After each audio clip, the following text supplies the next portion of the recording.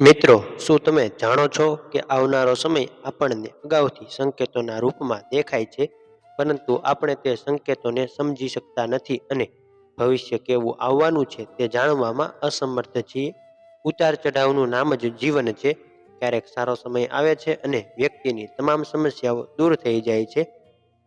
સાથે જ જ્યારે ખરાબ સમય આવે છે તો પરેશાનીઓનો અંત નથી આવતો. દુનિયામાં ભાગ્યે જ કોઈ વ્યક્તિ હશે જેને ક્યારેય કોઈ સંકટનો સામનો ન કરવો પડ્યો હોય.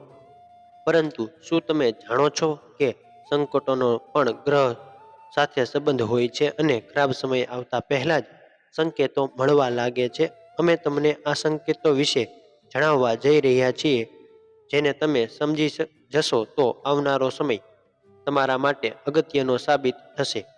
હંમેશા આ સંકેતો પર નજર રાખો, કારણ કે જો તમે ધ્યાન રાખશો તો તમે આ બાબતોથી બચી શકશો અને ભવિષ્યમાં થનારા નુકસાનને બચાવી શકો છો. તો આજના વિડીયોમાં અમે તમને આ બાબત વિશે જણાવીશું. તો વિડીયોની શરૂઆત કરતા પહેલા ચેનલ પર નવા આવેલા મિત્રો ચેનલને સબસ્ક્રાઇબ કરી લેજો અને કોમેન્ટ બોક્સમાં જય માતાજી લખી નાખજો, જેથી કરીને માતાજીની કૃપા આપના ઘર પરિવાર ઉપર કાયમને માટે બની રહે.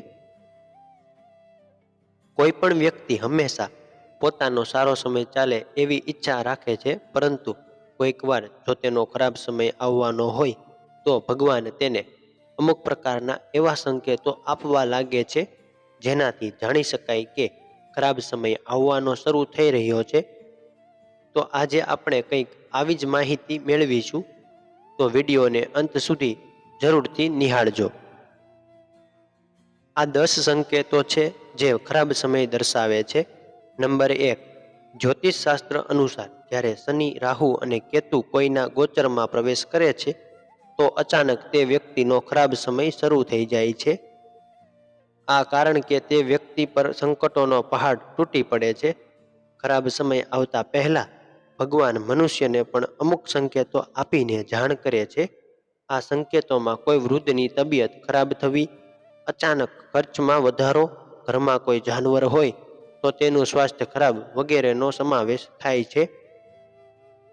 જ્યારે કોઈ પણ પરિણીત સ્ત્રી સ્નાન કર્યા પછી સિંદૂર લગાવે છે અને કોઈ કારણસર તેના હાથમાંથી સિંદૂરનો ડબ્બો પડી જાય છે, ત્યારે તે આવનારા ખૂબ જ ખરાબ સમયની નિશાની છે. આનો અર્થ એ થઈ શકે છે કે તમારા પતિને કોઈ નુકસાન સહન કરવું પડી શકે છે, અથવા તેમના વ્યવસાય કે નોકરીમાં કોઈ સમસ્યા ઊભી થઈ શકે છે અને તે તમારા પતિના ખરાબ સ્વાસ્થ્યનો પણ સંકેત આપે છે.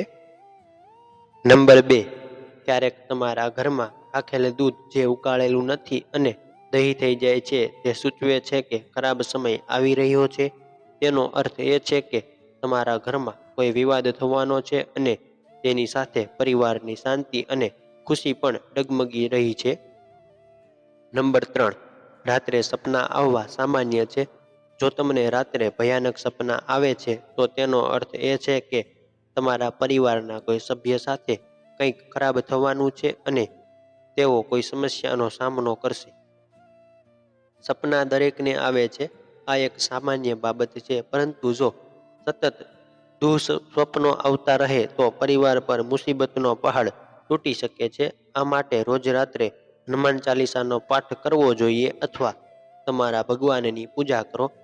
તમારા ભગવાનને યાદ કરીને સૂવાની આદત રાખો.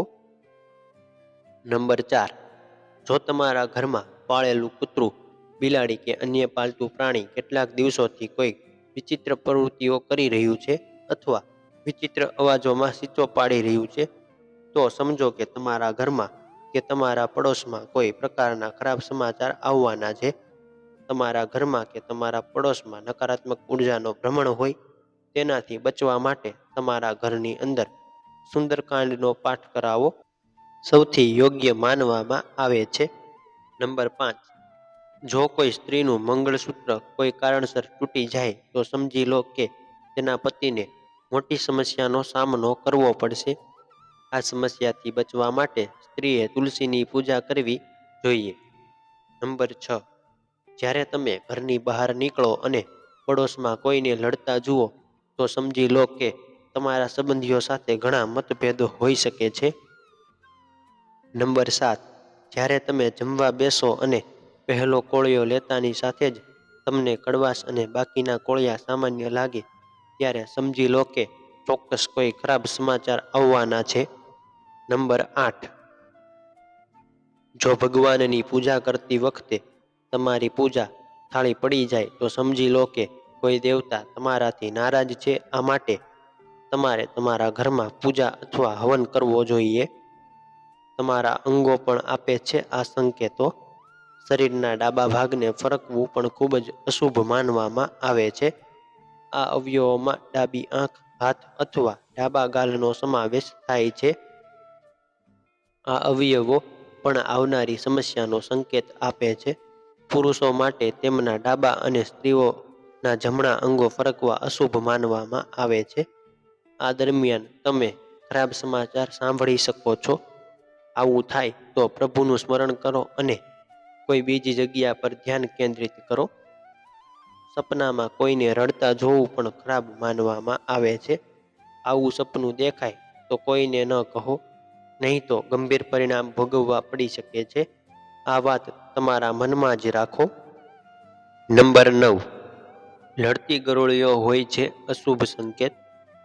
શકુનશાસ્ત્ર મુજબ ઘરમાં જો બે ગરોળીઓ લડાઈ કરતા કરતા અચાનક ગાયબ થઈ જાય તો તે ખરાબ દિવસોનો સંકેત છે.